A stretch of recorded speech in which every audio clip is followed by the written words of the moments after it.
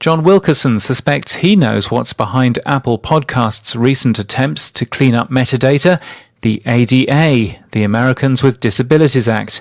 He points out that Apple received a class action last year because its website was, quote, inaccessible to visually impaired users.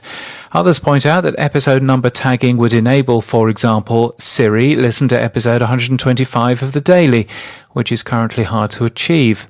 Well, we link to our FAQ from our show notes and from our newsletter. We'd still recommend doing the tags, even if Apple isn't threatening you these days.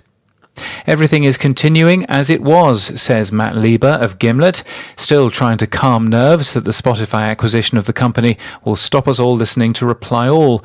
He was speaking at the HotPod Summit at the On Air Festival in New York. We heard lots more about the HotPod Summit over dinner last night, but a cone of silence prevents us from telling you more. Meanwhile, the Spotify Anchor Gimlet deal is validation for the industry, says Renee Wang, who's CEO of Castbox.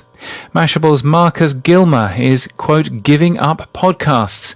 He says, I could listen to podcasts on double speed for every waking minute of my week and still not come close to chipping away at the stack of all of the episodes piling up in my queue. Poor man.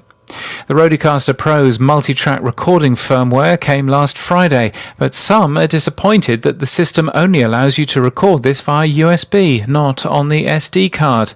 Podprat says it is a, quote, dead sparrow, which is quite a literal translation from the Dutch. And Podcast Brunch Club's playlist this month is language. In featured podcasts today, we look at Obsession, which delves deep into the history, culture, science, and often deadly consequences of unrequited love. It's from Focus Features, the LA Times, and Art 19.